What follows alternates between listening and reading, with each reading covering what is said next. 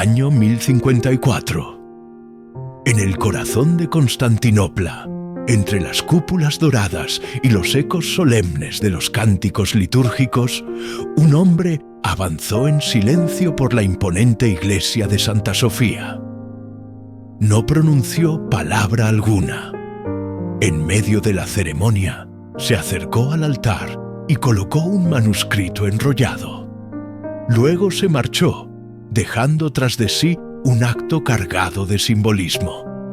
Ese pergamino no era una simple nota, contenía una excomunión, y con ese gesto discreto pero poderoso, se encendió una grieta que acabaría reconfigurando la historia del cristianismo. Una división sin retorno estaba en marcha.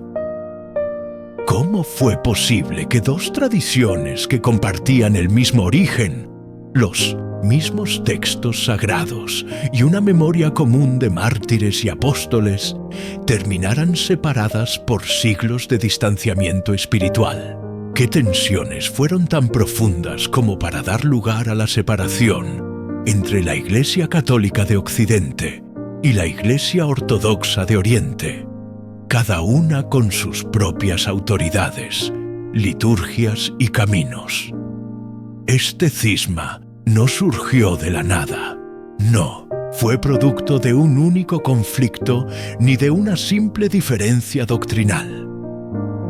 Fue el desenlace de una larga acumulación de tensiones históricas, diferencias de mentalidad, rivalidades políticas, disputas teológicas y heridas mal cicatrizadas. Lo que comenzó como desacuerdos sutiles se transformó en una ruptura estructural que aún hoy define el mapa espiritual del cristianismo en el mundo. En los primeros tiempos del cristianismo, no existía una figura suprema que centralizara toda la autoridad.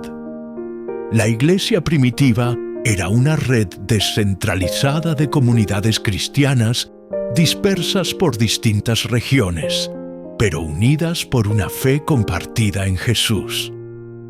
Sin embargo, con la llegada de Constantino al poder y la legalización del cristianismo en el siglo IV, todo cambió radicalmente. La religión que antes era perseguida se convirtió en aliada del poder imperial, y eso reconfiguró por completo su estructura interna. Ese giro político transformó también la forma en que la Iglesia se organizaba. Surgieron dos polos de influencia: Roma, con su peso histórico como capital del antiguo Imperio Occidental, y Constantinopla, la nueva joya del Imperio Oriental, fundada y elevada por el propio Constantino. Ambas ciudades comenzaron a disputarse no solo la autoridad espiritual, sino también la legitimidad para guiar a la cristiandad. Mientras en Occidente, el obispo de Roma era visto como el heredero directo del apóstol Pedro, con una autoridad creciente, en Oriente prevalecía una estructura más colegiada. Allí, los patriarcas de Constantinopla, Jerusalén, Antioquía y Alejandría compartían la toma de decisiones sin que ninguno ejerciera dominio absoluto sobre los demás. Desde entonces, la unidad dejó de ser sinónimo de armonía. A medida que el cristianismo se extendía, también lo hacían las diferencias culturales que lo dividían. En Roma, el latín era el idioma de la ley, de la administración y de la liturgia. En el mundo oriental, era el griego el que gobernaba la vida intelectual y espiritual. Esta diferencia lingüística no era superficial. Reflejaba formas distintas de pensar, de razonar la fe, de experimentar lo sagrado. El latín tendía hacia la precisión legalista, las estructuras rígidas y una visión vertical de la autoridad. El griego, en cambio, se orientaba a lo contemplativo, lo filosófico y lo simbólico. Estas formas de pensar se infiltraron en las diferencias teológicas. ¿Cómo se concebía la Trinidad, la gracia divina, los sacramentos? Con el tiempo, muchos obispos de una región ya no entendían el idioma del otro, lo que llevó a traducciones inexactas, malentendidos doctrinales y recelos constantes. Los prejuicios se intensificaron. Lo que empezó como una barrera de idioma se convirtió en una barrera espiritual. La desconfianza reemplazó al diálogo y una sola palabra en latín encendió una de las controversias más intensas de la historia cristiana. Filioque, que significa «y del Hijo». La Iglesia occidental agregó esa expresión al credo niceno-constantinopolitano para afirmar que el Espíritu Santo procede del Padre y también del Hijo. Para Roma era una defensa de la igualdad trinitaria, pero en Oriente esa adición fue vista como una alteración grave del texto original, establecido por concilios ecuménicos. Para los teólogos ortodoxos, el Espíritu Santo procedía solo del Padre.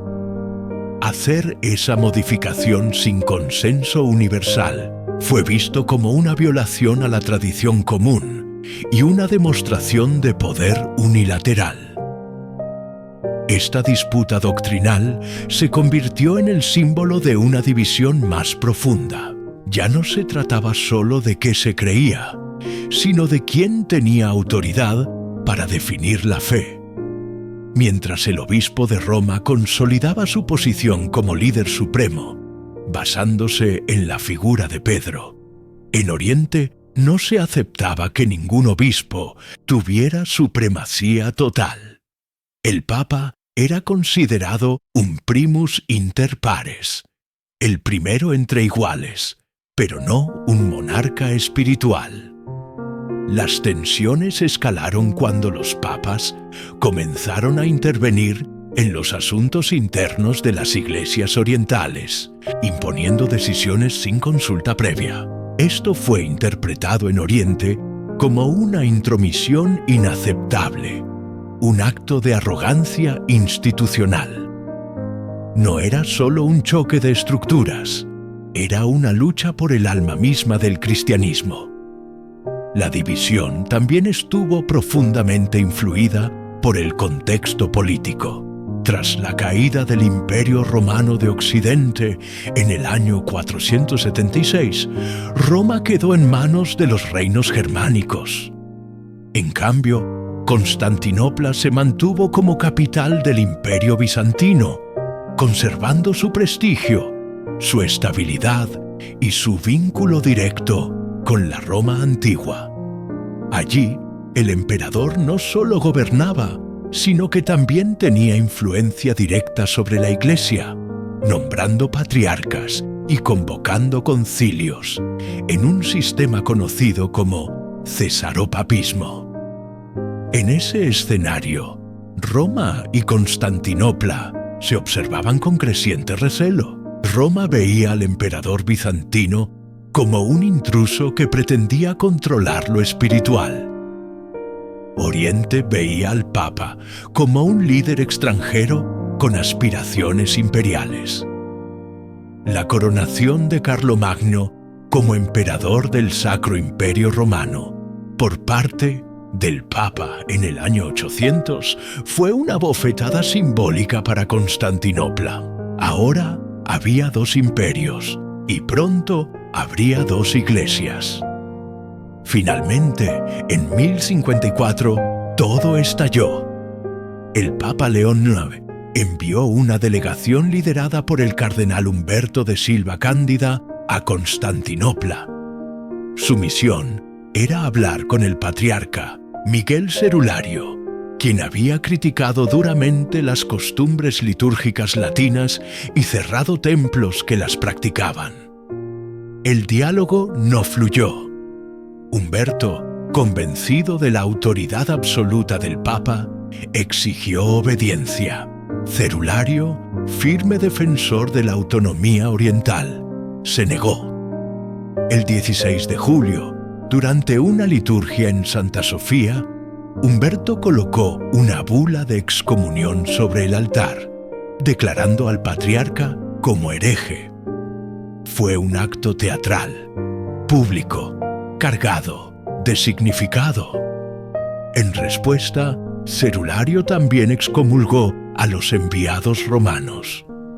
Aunque en ese momento nadie imaginó que la división sería definitiva, el quiebre simbólico ya estaba hecho. Lo que se había estado gestando por siglos finalmente se oficializaba. No hubo guerra abierta entre católicos y ortodoxos, pero sí una separación persistente, casi silenciosa. Las excomuniones no se revocaron hasta 1965, cuando el Papa Pablo, Vixo y el patriarca Atenágoras se encontraron en Jerusalén para un gesto de reconciliación. Pero para entonces, la separación ya formaba parte de la identidad de cada iglesia, vivida por generaciones como si hubiera sido siempre así. A lo largo de los siglos, ambas tradiciones siguieron caminos distintos.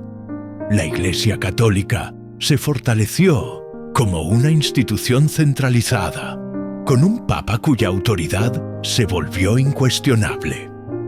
En cambio, las iglesias ortodoxas conservaron una estructura descentralizada, con patriarcas independientes unidos por una doctrina común, pero sin una figura única que las gobernara. Hubo intentos de reconciliación en distintos concilios, como el de León en 1274 y el de Florencia en 1439, pero fracasaron por la falta de consenso y el rechazo de los fieles orientales. Las heridas del pasado eran demasiado profundas.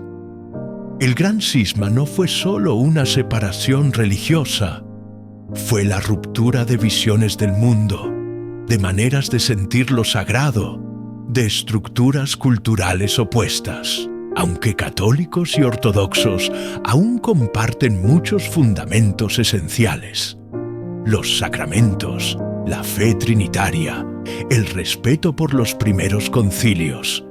Las diferencias teológicas, litúrgicas y disciplinarias terminaron por cristalizar la separación. Mientras los católicos sostienen la infalibilidad del Papa en asuntos de fe, los ortodoxos ven al Papa como uno más entre los patriarcas históricos. La inclusión del filioque sigue siendo un punto de divergencia. Las formas de celebrar también son distintas. El rito romano es sobrio y ordenado.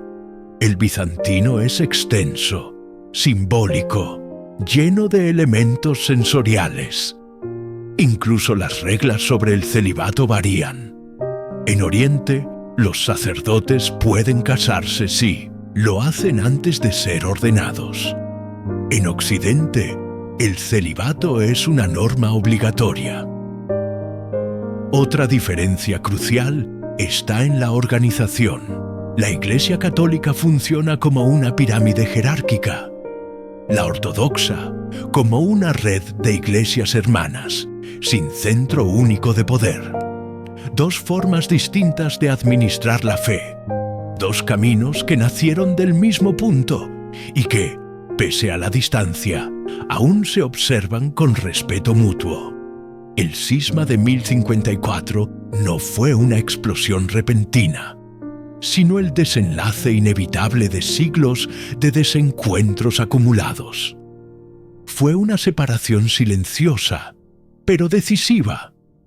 Aunque las excomuniones fueron levantadas, la brecha emocional y espiritual todavía persiste. Hoy existen acercamientos, diálogos, encuentros sinceros, pero cerrar esa herida requiere más que diplomacia.